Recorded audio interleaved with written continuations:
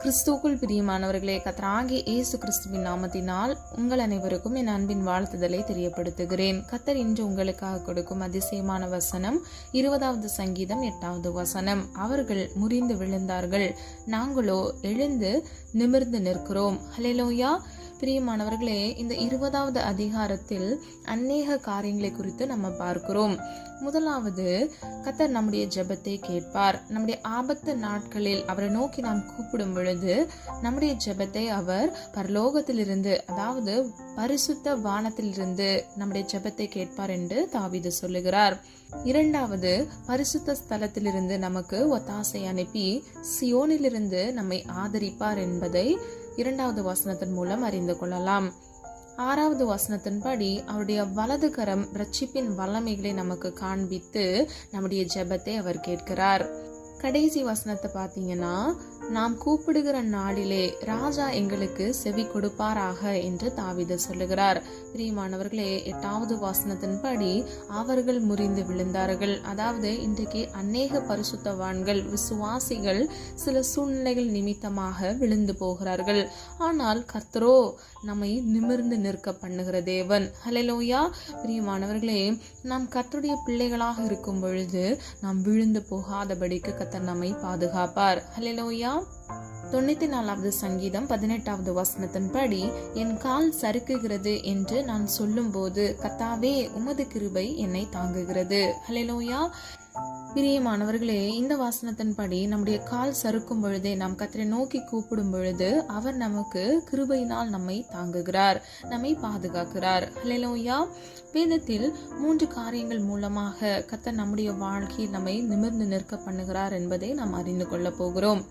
ஆதியாகமம் 37வது அதிகாரம் 7வது வசனம். நாம் வயதில் அறுத்த அரிகளை கட்டி கொண்டிருந்தோம், அப்பொழுது என்னுடைய அரிக்கட்டு நிமிர்ந்திருந்தது, உங்கள் அரிக்கட்டுகள் என் அரிக்கட்டை சுற்றி வணங்கி நின்றது. ஹல்லேலூயா. பிரியமானவர்களே, இந்த வசனத்தில் யோசேப்பு ஒரு சொப்பனத்தை குறித்து சொல்லுகிறதை நாம் அறிந்து கொள்ளலாம்.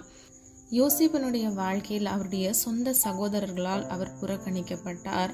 அவர் அடிமையாக அவர் எகிப்து தேசத்திற்கு விற்கப்பட்டார். அது மாத்திரமல்ல, அற்பமாக எண்ணப்பட்ட யோசேப்பினுடைய வாழ்க்கையை கர்த்தர் ஆசீர்வதித்தார். கர்த்தர் யோசேப்பை எகிப்து தேசத்திலே தலை நிமிர செய்தார். ஹல்லேலூயா. எகிப்து தேசத்திற்கு ஒரு அதிகாரியாக ராஜாவால் அவர் நியமிக்கப்பட்டார். இன்றைக்கு பிரியமானவர்களே, உங்களுடைய வாழ்க்கையில் யோசேப்பை போல பிற மனிதர்களால், சொந்த ஜனத்தினால் அவமானம், நிந்தை, புறக்கணிப்பை நீங்கள் சந்திக்கிறீர்களா? கவலைப்படாதீங்க. கர்த்தர் யோசேப்பை எப்படி தலை நிமிர செய்தாரோ உங்கள் வாழ்க்கையிலும் உங்களை தலை நிமிர செய்வார். ஹல்லேலூயா.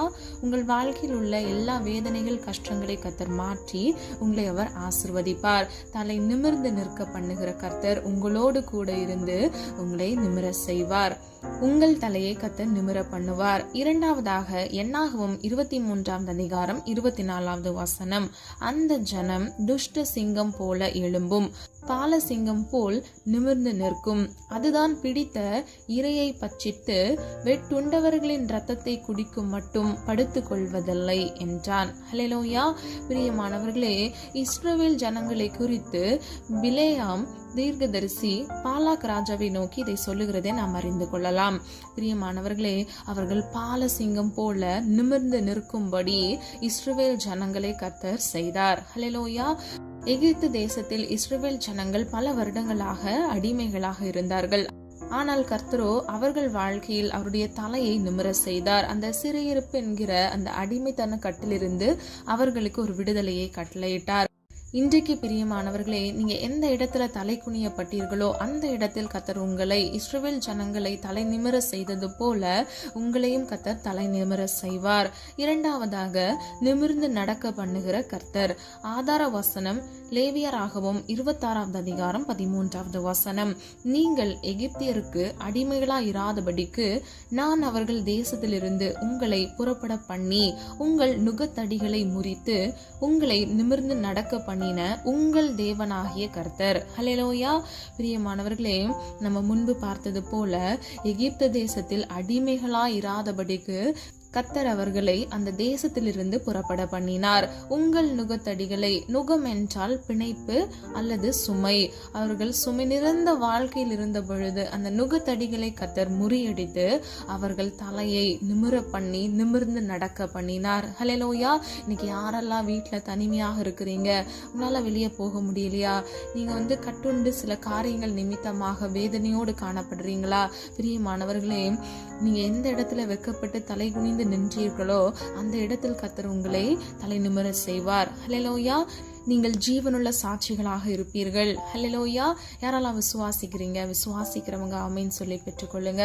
ஒருவேளை நீங்க பார்க்கிற சூழ்நிலை வேறாக இருக்கலாம், ஆனா கர்த்தர் இன்று உங்களுக்கு வாக்கு கொடுக்கிறார். உங்கள் தலையை நிமிர பண்ணுவார், நிமிர்ந்து நடக்க பண்ணுவார். ஹல்லேலூயா. அப்போஸ்தலர் 14வது அதிகாரம் 10வது வசனம். பவுல் லீஸ்திராவிலே சப்பானியா இருந்த ஒருவனை கண்டு, நீ எழுந்து காலூன்றி நிமிர்ந்து நில் என்று உரத்த சத்தத்தோட சொன்னான். உடனே அவன் குதித்தெழுந்து நடந்தான். ஹல்லேலூயா.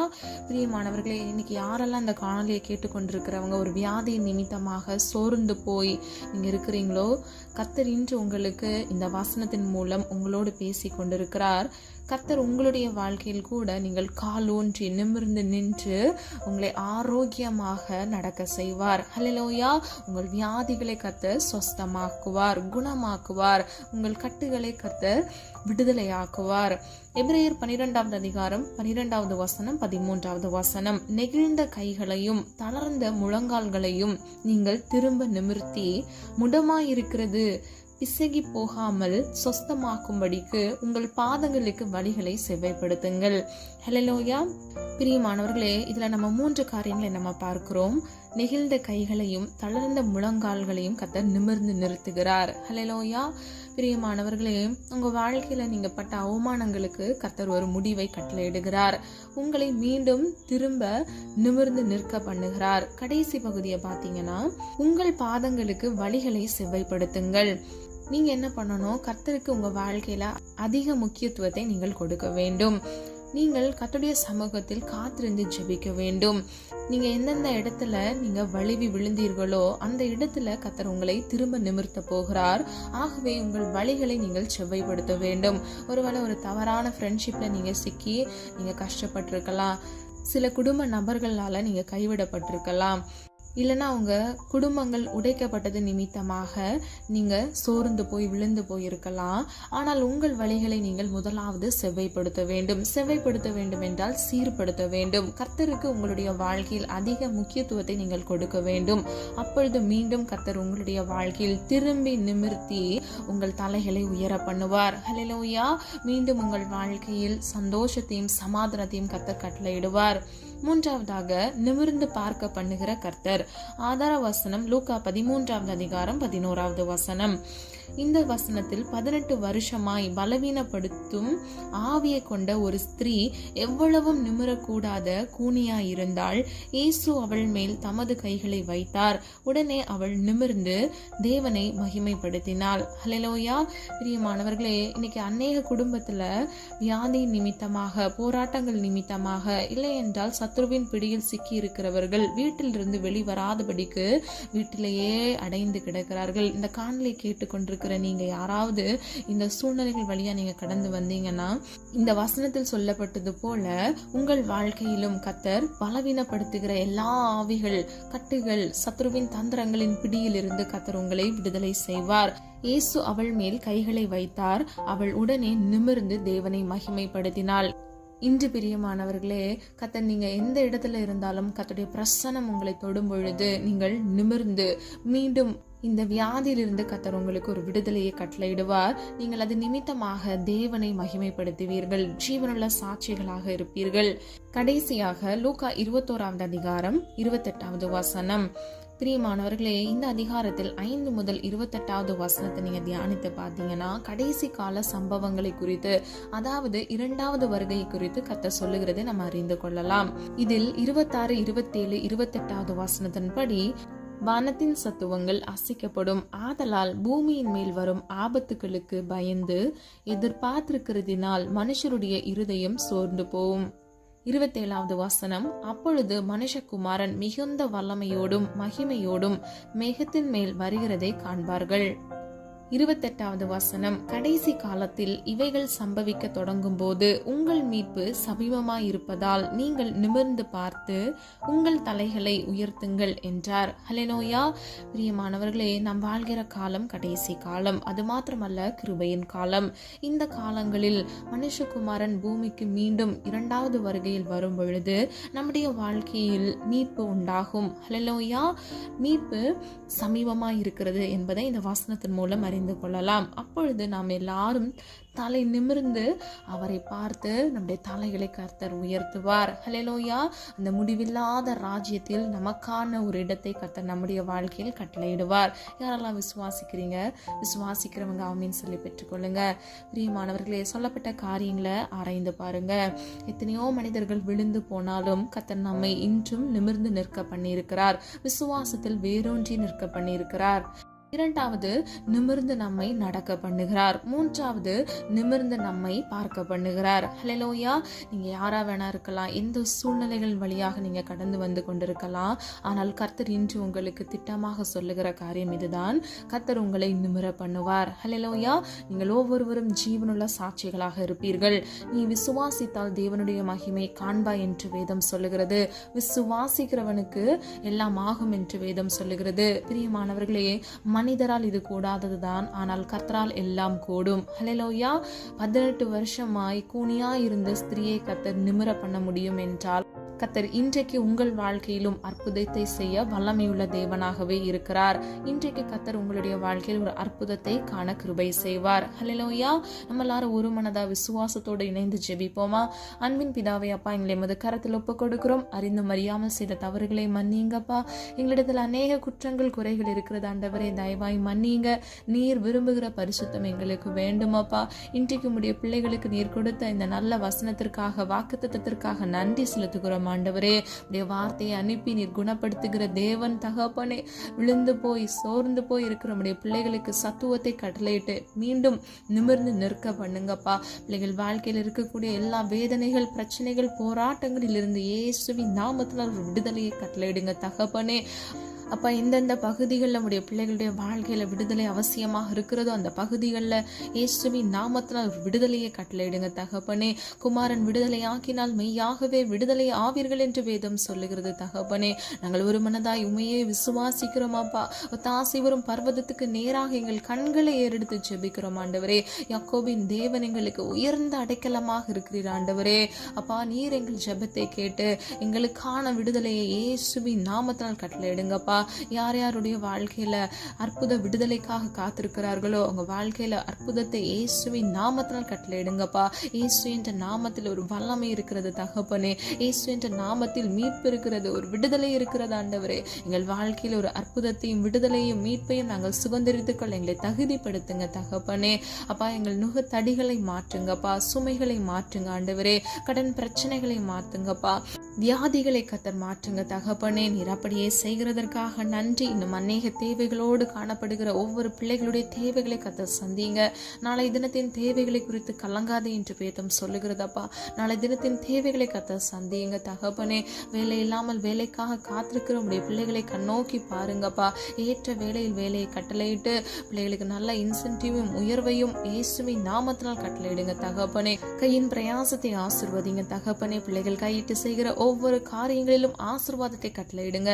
இன்னும் அநேக பேர் பிஸ்னஸ் ஸ்டார்ட் பண்ணிட்டு அதில் ஸ்டெபிலிட்டி இல்லாமல் இருக்கலாம். அவங்களுக்காக ஜெபிக்கிற ஆண்டவரே, இயேசுவின் நாமத்தினால் ஆசீர்வாதத்தை கட்டளையிடுங்க தகப்பனே. இன்னும் வேலைக்கு போகிற பிள்ளைகளுக்காக ஜெபிக்கிறேனப்பா. நல்ல பலனையும் சத்துவத்தையும் கட்டளையிடுங்கப்பா. ஜபாவியை ஊற்றுங்க, விண்ணப்பத்தின் ஆவியை ஊற்றுங்கப்பா. வரத்திலும் போக்கிலும் கத்தர் கண்மணி போல் பாதுகாத்துக் கொள்ளுங்க தகப்பனே. காணொலியை கேட்டுக்கொண்டிருக்கிற ஒவ்வொரு பிள்ளைகளின் சிரசின் மேல் ஆசீர்வாதம் தங்கி தாபரிக்க பண்ணுங்க.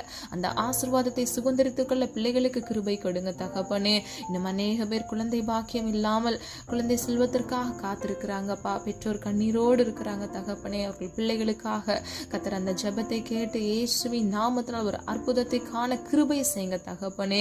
உம்மால் ஆகாதது ஒன்றுமில்லை ஆண்டவரே. உம்மை நோக்கி பார்த்த எங்களுடைய முகங்கள் வெட்கப்பட்டு போவதில்லை என்று வேதம் சொல்லுகிறது தகப்பனே.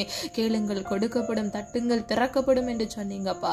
நாங்கள் விசுவாசித்து ஒரு மனதாக உம்முடைய சமூகத்தில் ஆண்டவரே எங்கள் ஜெபத்தை ஏறெடுக்கிறோம் ஆண்டவரே. பிள்ளைகள் வாழ்க்கையில் அற்புதத்தை காண கிருபை செய்யுங்க தகப்பனே. ஜீவனுள்ள சாட்சியாக உடைய பிள்ளைகளை மாற்றுங்கப்பா. கர்ப்பத்தின் கனியை ஆசீர்வதித்து பிள்ளைகளுடைய சந்ததியை பெருக பண்ணுங்க தகப்பனே. ஆபிரகாமுக்கு நீர் கொடுத்த வாக்குத்தத்தத்தின்படி அந்த சந்ததியை பெருக பண்ணினது போல நம்முடைய பிள்ளைகளுடைய வாழ்க்கையில ஆசீர்வாதத்தை கட்டளையிட்டு பிள்ளைகள் சந்ததியை பெருக பண்ணுங்கப்பா. ஆசீர்வதிங்க தகப்பனே. நீர் அப்படியே செய்கிற கிருபைகளுக்காக நன்றி செலுத்துகிறோம் அப்பா. இன்னும் அநேக பேர் கடன் பிரச்சனையில வாதிக்கப்பட்டு சிக்குண்டு சோதிக்கப்பட்டு இருக்கிறாங்க தகப்பனே. வெளியே வர முடியாதபடிக்கு அப்பா மீள முடியாத கடன்ல சிக்கியிருக்கிற ஒவ்வொரு பிள்ளைகளுக்காக ஜெபிக்கிற ஆண்டவரே. நீயோ கடன் வாங்காதிருப்பாய், நீயோ கடன் கொடுப்பாய் என்று சொன்ன வசனத்தின்படி பிள்ளைகளுடைய எல்லா கடன்களையும் தீர்க்க இயேசுவின் நாமத்தினால் கிருபை உண்டாகட்டும் தகப்பனே. பிள்ளைகளுக்கு உதவி கரங்களை எழுப்புங்க தகப்பனே. அற்புதத்தை காண கிருபை செய்யுங்க தகப்பனே. பிறருக்கு ஆசீர்வாதமாக உடைய பிள்ளைகளை மாற்றுங்க. எல்லா கடன்களையும் நீர் அடைத்து தீர்க்க இயேசுவின் நாமத்தினால் பிள்ளைகளுக்கு ஆசீர்வாதத்தை கட்டளையிட்டு தலை நிமிர்ந்து நடக்க பண்ணுங்க தகப்பனே. குன்றி குன்றி நடந்தது போதும் அப்பா. உடைய பிள்ளைகளுடைய தலையை நிமிர பண்ண போகிற கிருபைகளுக்காக நன்றி செலுத்துகிறோம் ஆண்டவரே. அப்பா எங்களுடைய வாழ்க்கையில முந்தினவைகளை நாங்கள் நினைக்காமல் பூர்வமானதை சிந்திக்காமல் எல்லா பகுதிகளிலும் சகலத்தையும் இயேசுவின் நாமத்தால் புதிதாக்குங்க தகப்பனே. ஆசீர்வதிங்கப்பா, பாதுகாத்து கொள்ளுங்க. இன்னும் பயத்துல சத்ருவின் பிடியில் சிக்கி கொண்டிருக்கிற பிள்ளைகளுக்கு இயேசுவின் நாமத்தினால் ஒரு விடுதலையை கட்டளையிடுங்க தகப்பனே. பிசாசுக்கு எதிர்த்து நெல்லுங்கள், அப்பொழுது அவன் உங்களை விட்டு ஓடி போவான் என்று சொன்ன வசனத்தின்படி பிசாசை மேற்கொள்ளுகிற கிருபைகளை உடைய பிள்ளைகளுக்கு கட்டளையிடுங்கப்பா. பிசாசானவன் வெக்கப்பட்டு போகத்தக்க பிள்ளைகளுடைய தலையை நீ நிமிர பண்ண போகிற கிருபைகளுக்காக நன்றி செலுத்துகிறோம் ஆண்டவரே. நீர் அப்படியே செய்கிறதற்காக நன்றி தகப்பனே. இன்னும் அநேக குழந்தைகள் வாலிபர்களுக்காக ஜெபிக்கிற ஆண்டவரே. பிள்ளைகளுடைய படிப்பு காரியங்கள், பிள்ளைகளுடைய தேவைகள் எல்லாவற்றையும் கத்தர் சந்தித்து தேவ பயத்துல அப்பா ஒழுங்கும் கிரமயமாக பிள்ளைகள் நடக்க இயேசுவின் நாமத்தினால் கிருபை செய்யுங்க. பெற்றோருக்கு நல்ல ஒலிவாய் மர கன்றுகளாக ஆசீர்வாதமாக இருக்க இயேசுவின் நாமத்தினால் மாற்றுங்கப்பா. இன்னும் அநேக ஜனங்கள் பல வருடங்களாக உடைய சமூகத்தில் காத்திருந்து ஜெபித்த விண்ணப்பங்களுக்கான பதிலை இயேசுவின் நாமத்தினால் கட்டளையிடுங்கப்பா. காத்திருப்பது மனதை இழைக்கப்படும், விரும்பினது வரும் பொழுது ஜீவ விருட்சம் போல் இருக்கும் என்று சொன்ன வசனத்தின்படி பிள்ளைகள் விரும்பின காரியத்தை கர்த்தருடைய சித்தத்தின்படி பிள்ளைகள் பெற்றுக்கொள்ள இயேசுவின் நாமத்தினால் அதிசயமான காரியங்களை கட்டளையிட்டு ஆசீர்வதிக்கும்படியாய் ஜெபிக்கிறேன்ப்பா. நீர் அற்புதர் தகப்பனே. உடைய சமூகத்துல நாங்கள் ஒரு மனதா இணைந்து ஜெபித்த ஒவ்வொரு காரியங்களுக்கும் இயேசுவின் நாமத்தினால் ஆமென்றும் ஆமென் என்று நாங்கள் பதிலை பெற்றுக்கொள்ள போகிறோம். அதற்காக நன்றி செலுத்துகிறோம் ஆண்டவரே. ஒவ்வொரு குடும்பங்களையும் இயேசுவின் ரத்த கூட்டைகள் மூடி மறைத்து பாதுகாத்துக் கொள்ளுங்க. எங்களை காத்துக்கொள்ளுங்க, பொறுப்படுத்திக் கொள்ளுங்க. உடைய நாமம் மகிமைப்படுவதாக. எங்களை தாழ்த்துகிறோம், வெறுமையாக்குகிறோம். இயேசுவின் மூலம் ஜெபிக்கிறோம் ஜீவன நல்ல பிதாவே, ஆமீன். God bless you. லைக் பண்ணுங்க, சப்ஸ்கிரைப் பண்ணுங்க, பெல் ஐகான் கிளிக் பண்ணுங்க.